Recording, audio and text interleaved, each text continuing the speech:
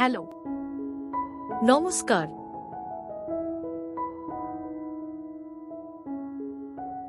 এই ভিডিওটিতে digital interruption consumption রিপোর্টটি feel করার পদ্ধতি নিয়ে আমরা আলোচনা করব। প্রথমেই এইখানে একটি লিস্ট দেখা যাচ্ছে, যেটির উপর হাত রাখলে লিস্ট খুলে যাবে, যেখান থেকে আপনাদের বর্তমান মাসটি সিলেক্ট করে নিতে হবে। এখানে সাবস্টেশন এ ব্যবহৃত 11 কিলো ভোল্ট এবং 33 কিলো ভোল্ট ফিডার সংখ্যা লিখতে হবে। এখানে সাবস্টেশন এ ব্যবহৃত প্রতিটি ফিডারের সর্বোচ্চ ভোল্টেজ অর্থাৎ পিক ভোল্টেজ লিখতে হবে। এই জায়গায় ইন্টারাপশন ডিটেলস দিতে হবে। কেউ যদি ঘন্টা থেকে মিনিটের হিসাব করতে চায় তাহলে এই জায়গায় সেটা করে নিয়ে ইন্টারাপশন রিপোর্ট সেটা বসাতে পারেন। মিনিট থেকে ঘন্টার হিসাব এখানে হতে পারে। এই অংশটি শুধুমাত্র ঘন্টা মিনিট ক্যালকুলেটর হিসাবে ব্যবহার হবে।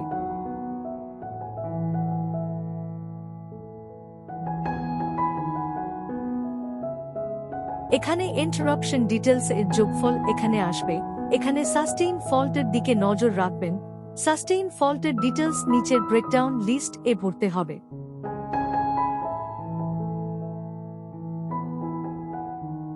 এখানে ব্রেকডাউন ডিটেলস ভরতে হবে। লক্ষ্য রাখবেন যেন সাস্টেইন ফল্টের যোগফল আর ব্রেকডাউন সময়ের যোগফল সমান হয়।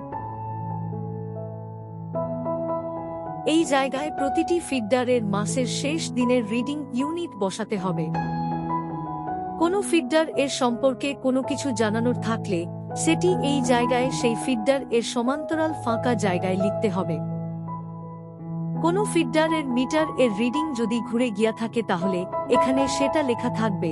1 থাকা মানে মিটারটি একবার ঘুরেছে, যদি 2 থাকে তার মানে মিটারটি 2 বার ঘুরে গেছে। সেক্ষেত্রে রিডিং বসানোর সময় বর্তমান রিডিংটি এই ঘরের সংখ্যার সঙ্গে যোগ করে বসাতে হবে। এখানে ইনকামের গুলির বর্তমান মাস আর সর্বোচ্চ ভোল্টেজ অর্থাৎ পিক ভোল্টেজ লিখতে হবে।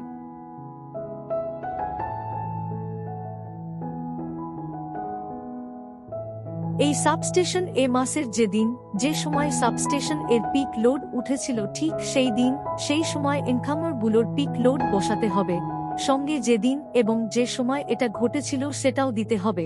এখানে ক্যালেন্ডার অপশন উপস্থিত আছে, ক্যালেন্ডার থেকে ডেট সিলেক্ট করে দেওয়া যাবে।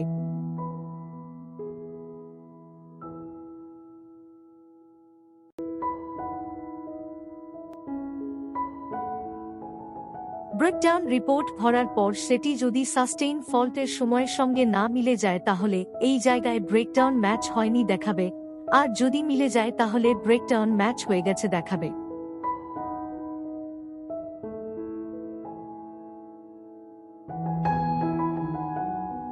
এখানে একটি এক্সাম্পল দেওয়া হলো, লক্ষ্য করে দেখুন এখানে ভ্যালু বসানোর পর সেটা সাস্টেইন ফল্ট এর সাথে ম্যাচ না হওয়ায় ব্রেকডাউন ম্যাচ হয়নি দেখাবে।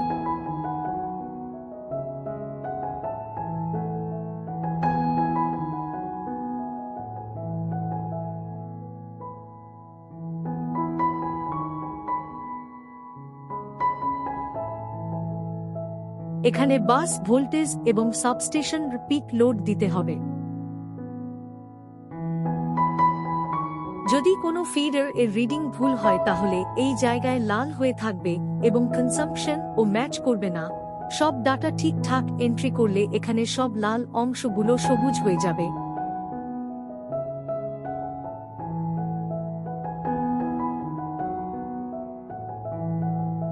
যদি মাসের মধ্যে কোনো ফিডার এর মিটার চেঞ্জ হয়ে থাকে অথবা CT ratio PT ratio change হয়ে থাকে তাহলে এখানে সেই ডিটেলস গুলো দিতে হবে।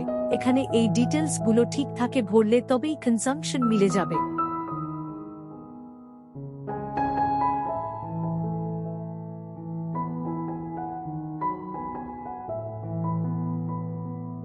শুধুমাত্র মিটার চেঞ্জের ক্ষেত্রেই শেষের দুটো কলাম ডাটা ভরতে হবে।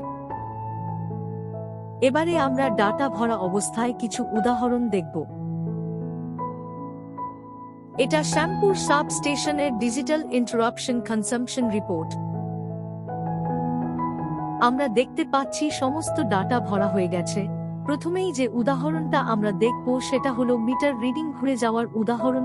এখানে আমরা দেখতে পাচ্ছি মিটারটি একবার ঘুরে গেছে, তাই রিডিংটি এই সংখ্যার সঙ্গে যোগ করে বসানো হয়েছে। যদি সেটা না করা হতো তাহলে কনজাম্পশন ম্যাচ করতো না।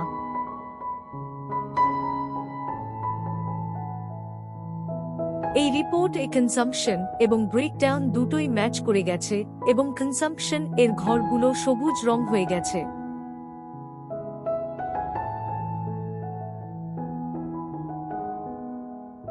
এখানে আমরা আর একটা উদাহরণ নিচ্ছি। এখন আমরা কনজাম্পশন এর জায়গায় ভুল রিডিং ঢুকিয়ে দেখব কি পরিবর্তন আসে। দেখুন এখানে লাল হয়ে গেছে, তার মানে কিছু ভুল হয়েছে। আমরা যদি রিডিংটিকে আবার আগের ঠিক রিডিংটি বসিয়ে দিই তাহলে আবার সব ঠিক হয়ে যাবে।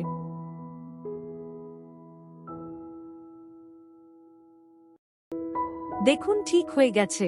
এবার আমরা একটা উদাহরণ দেব যেখানে CT ratio PT ratio change হয়েছে। এখানে আপনারা দেখতে পাচ্ছেন যে সবকিছু ঠিকঠাক ভরা সত্ত্বেও কনজাম্পশন ম্যাচের জায়গায় লাল হয়ে আছে। এর দুটি কারণ হতে পারে, মাসের মধ্যে কোনো ফিডার এর মিটার চেঞ্জ হয়ে থাকে অথবা CT ratio PT ratio change হয়ে থাকে, তাহলে সব ডাটা ঠিকঠাক ভরা সত্ত্বেও কনজাম্পশন মিলবে না। এক্ষেত্রে আমাদের সেই চেঞ্জ হয়ে যাওয়া ডিটেলস গুলো নিচে টেবিল এ ভরতে হবে।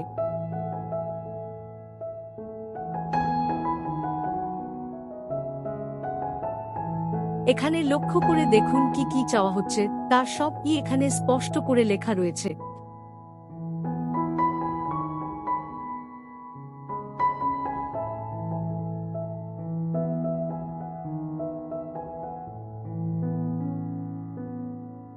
প্রথমেই দিতে হবে এটা মিটার চেঞ্জ নাকি CT ratio PT ratio change. Drop down list থেকে আপনারা সেটা সিলেক্ট করে নিতে পারবেন।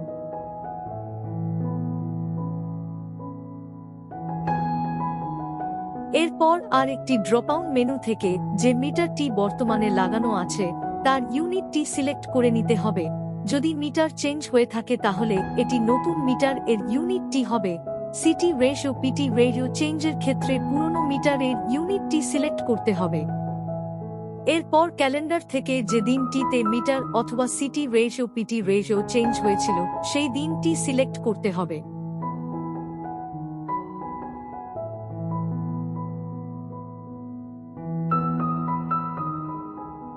এরপর নতুন সিটি রেশিও পিটি রেশিওটি বসাতে হবে। নতুন সিটি রেশিও পিটি রেশিওটি জানা না থাকলে ঊর্ধ্বতন কর্তৃপক্ষের সাহায্য নিন এই ভ্যালুটি জানার জন্য, এবং সঠিক ভ্যালুটি বসালে তবেই বর্তমানে এবং ভবিষ্যতে কনজাম্পশন ম্যাচ করবে।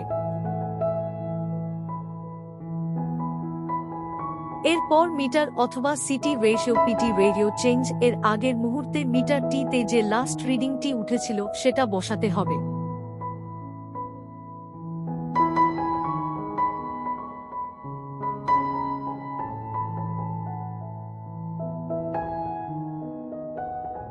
দেখুন এগুলো ফিল আপ করার পর আমাদের কনজাম্পশন মিলে গেছে।